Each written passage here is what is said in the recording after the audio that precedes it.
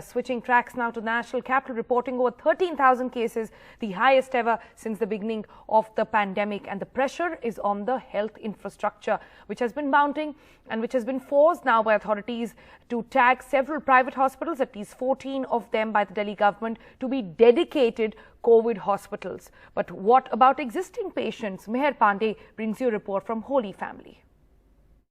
This hospital, Holy Family, has been made a fully COVID hospital by the Delhi government. So what has that led to? What's the impact of that here? Right, it's a very difficult situation. Yes, we have had to turn away a lot of patients because we are full right now. We also have non-COVID patients who have been there from before, who are also sick, and it is difficult to move them out and send them to another hospital at this point, but we are trying our best as much as we can to discharge some of them, send them to other hospitals. But to convert to 100% within a 24-hour notice is not possible, because we cannot throw patients out who are sick. And other people, I know COVID is an important fact of our lives right now, and it's a difficult situation, but that doesn't mean that we throw out other patients who are critically ill. Not so seriously ill, we can send to some other hospital. So how many beds have been asked from you, and how many have you been able to provide so far? Right, so we have 345 beds for the hospital, but out of that 41 beds are neonatal beds. They cannot be used for adult patients, and COVID is mostly for adults. So about 304 beds. We have been asked to provide all the beds for COVID, 100%.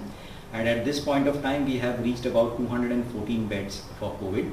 And we are slowly building up. Hopefully in the next 4-5 days we will be able to reach 100%, but we are steadily trying to increase the number of beds available.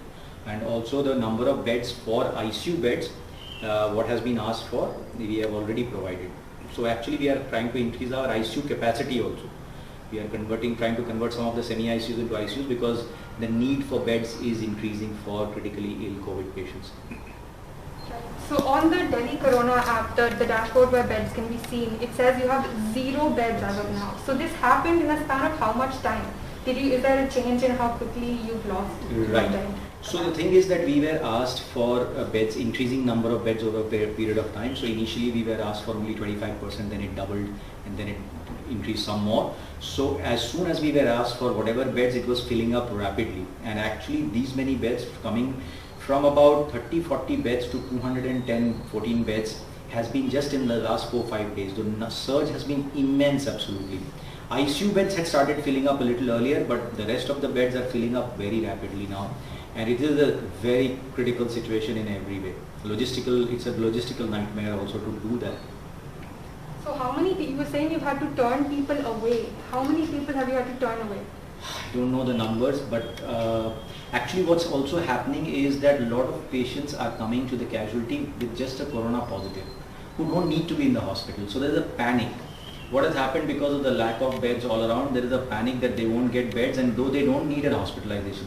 Just because you're corona positive or having just COVID infection does not mean they need to be. Those who need to be hospitalized should come to the hospital. We have turned away. None of them have been, almost rarely it has been those who require an ICU or oxygen bed. Those we have mostly taken them in our ambulance to other hospitals.